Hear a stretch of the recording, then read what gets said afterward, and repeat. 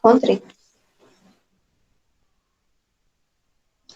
Oi, gente. Hoje vamos falar um pouco a respeito do Rio Parnaíba.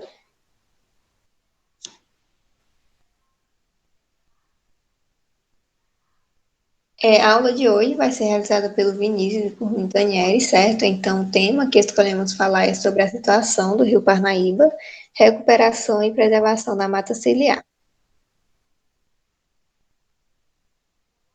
Para introduzirmos nossa aula, decidimos trazer um pouco da hidrografia da bacia do Rio Parnaíba, já que é a segunda mais importante da região Nordeste e representa a mais densa rede hidrográfica dessa região, certo?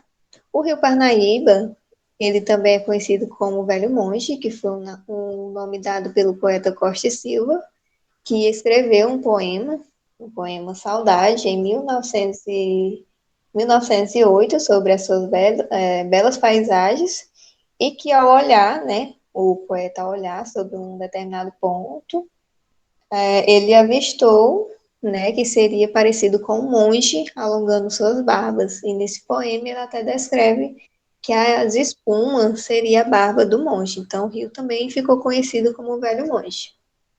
Sua extensão é de 1.400 quilômetros e a área da bacia do Parnaíba é de aproximadamente 344.112 quilômetros quadrados. O rio Parnaíba tem seu nascente localizado na Chapada das Mangabeiras, que fica ao sul do Piauí, a qual abriga o Parque Nacional das Nascentes do Rio Parnaíba, como vocês podem ver na imagem ao lado. O Parnaíba nasce a 800 metros de altitude, a partir de três cursos de águas principais, que é o Rio Água Quente, que na verdade é uma continuidade do Rio Parnaíba, os rios Curiola e Londra, que fica no Piauí, e por fim ele vai desembocar no Oceano Atlântico, após percorrer aproximadamente 1.400 km². Continuando aqui, a extensão do rio Parnaíba abrange 279 municípios, totalizando uma área de 333.056 km² de superfície, o equivale a cerca de 4% do território nacional. Cerca de 65% da área territorial da bacia está localizada no estado do Piauí, 20% no estado do Maranhão e apenas 5% no estado do Ceará. Então, a maior parte das terras do estado do Piauí estão inseridas, quase que todos, na bacia do Parnaíba, com exceção apenas de um, que é o município do Cajueiro da Praia, que se encontra fora da bacia. E os outros 220 municípios estão inseridos dentro da bacia.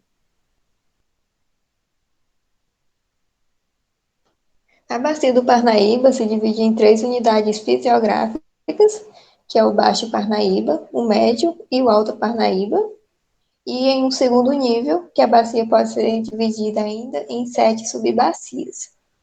Bem, os principais rios inseridos no cursor do Alto Parnaíba são o Rio Balsa, o Rio Sucuruyú, o Rio Ugueia e o Rio Itaueiras, e o próprio trecho do curso do Alto Parnaíba, que são as que mais se destacam em termos de contribuição com a vazão do Parnaíba. Então, são rios que são localizados na região sul do Piauí. O médio do Parnaíba, que nesses cursos tem o rio Parnaíba, que recebe a contribuição de água do rio Canidé, que é um rio muito importante, assim como o rio Piauí. E esses dois rios são considerados um dos mais complexos em termos de recurso hídrico e também a participação do rio Poti. E o curso do Baixo Parnaíba, que é formado principalmente pelo Rio Longa e pelo trecho do Parnaíba que vai da cidade de Teresina até o Foz, que é conhecido como Baixo Parnaíba, e são rios centralizados ao norte do Piauí.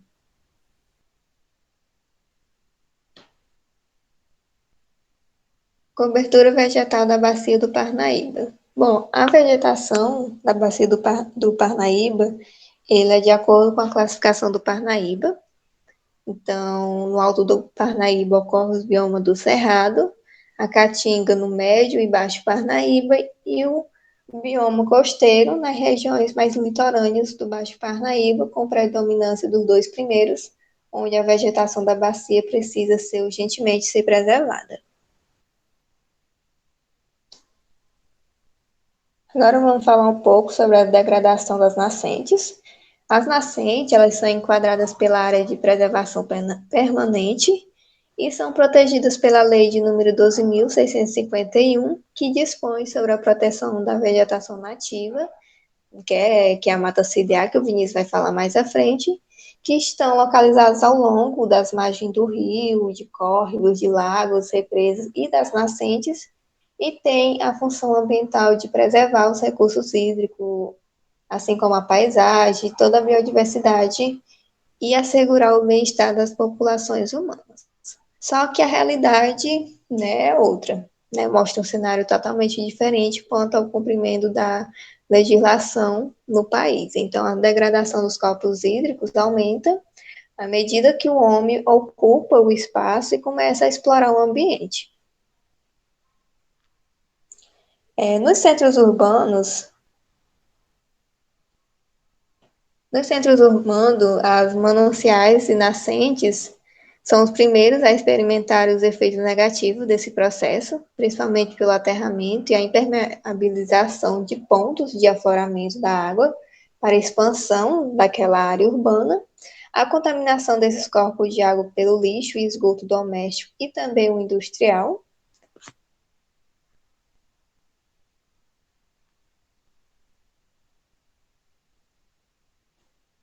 No meio rural, a degradação das nascentes é causada pela pressão oriunda de diferentes formas de intervenções atrópicas, né, da ação humana, podendo se mencionar a atividade agrícola e a pecuária sem medida de conservação da água e do solo, sobretudo em áreas de encosta, né, aquela área mais encostada ao rio, o desmatamento de área de preservação permanente e das áreas de recarga, como vocês podem observar nessa imagem, e a implantação de rodovias e estradas vicinais mais mal locada e mal direcionada.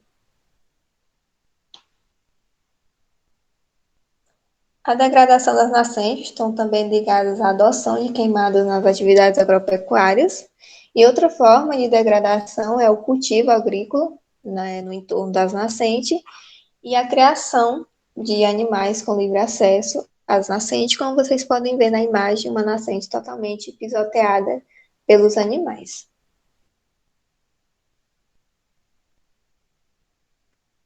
Bom, eu sou o Vinícius e vou falar sobre a situação atual do Rio Parnaíba, mais especificamente aqui na nossa região, no nosso estado do Piauí, que é quem comporta aí grande parte de todo o rio, cerca de 75%, como nós já vimos anteriormente.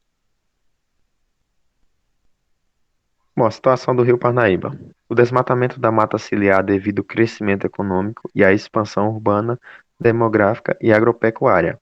E as cidades cada vez mais crescendo e se desenvolvendo, e com isso o rio ele acaba sendo afetado por isso. As nascentes, as margens, e toda a mata ciliar ela é destruída com o intuito de gerar mais a expansão urbana, e com isso o rio ele acaba sendo prejudicado.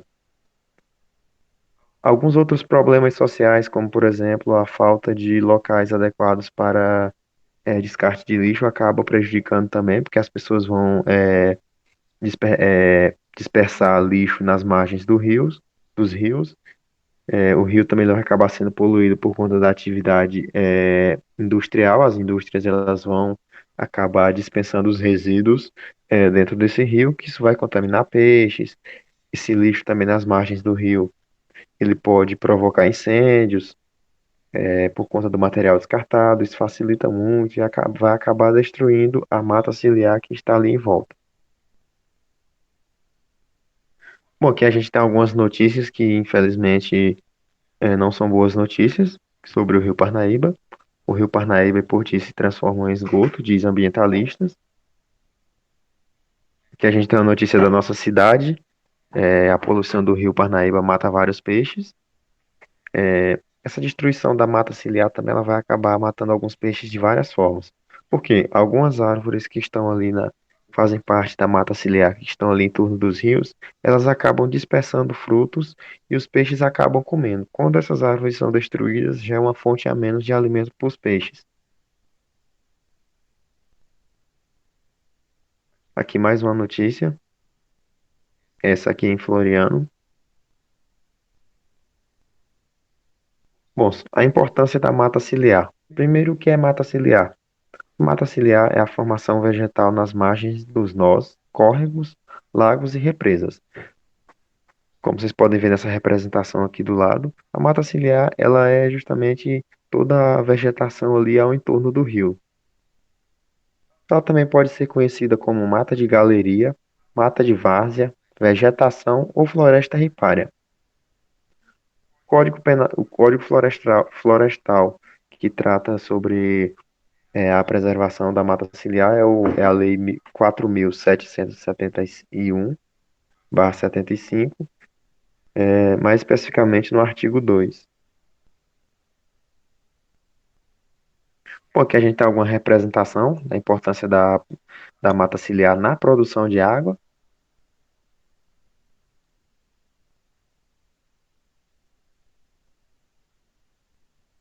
Bom, ainda sobre a importância da mata ciliar, a destruição da mata ciliar vai provocar um processo chamado de assoreamento. O que é esse assoreamento? É, quando chove, a, a água da chuva, ela vai acabar levando detritos, ela vai acabar levando a terra para o rio. Isso vai acabar encurtando o rio, vai dificultando a navegação. A água ela vai sumindo cada vez mais, porque o rio ele vai ficar menos estreito, vai ficar cheio de areia. E isso poderia ser evitado e pode ser evitado com a mata ciliar, porque a mata ciliar ela vai funcionar como uma espécie de sustentação. Como vocês podem ver nessa representação aqui, ó, as raízes das árvores presentes aqui na mata ciliar, elas vão dar uma sustentação para a terra. Quando chove, essa água ela vai escoar para o rio e não vai levar a terra justamente porque tem as raízes para dar sustentação, e o rio ele vai conseguir fluir normalmente. Sem as matas ciliares, quando chove, a gente tem, por exemplo, detritos do rio, de lixo que são levados para dentro do rio, que vai acabar matando toda a biodiversidade encontrada dentro do rio. Vai provocar erosão, como a água ela bate no chão, tem o contato com o chão e não tem a árvore para dar sustentação para a terra, essa terra vai acabar provocando erosões. Bom, como vocês podem ver aqui, né, literalmente a mata ciliar ela é uma proteção, ela protege a água. E essa mata ciliar ela precisa ter pelo menos 30 metros de largura. Bom, essas são as nossas referências e esse foi o nosso trabalho. Muito obrigado.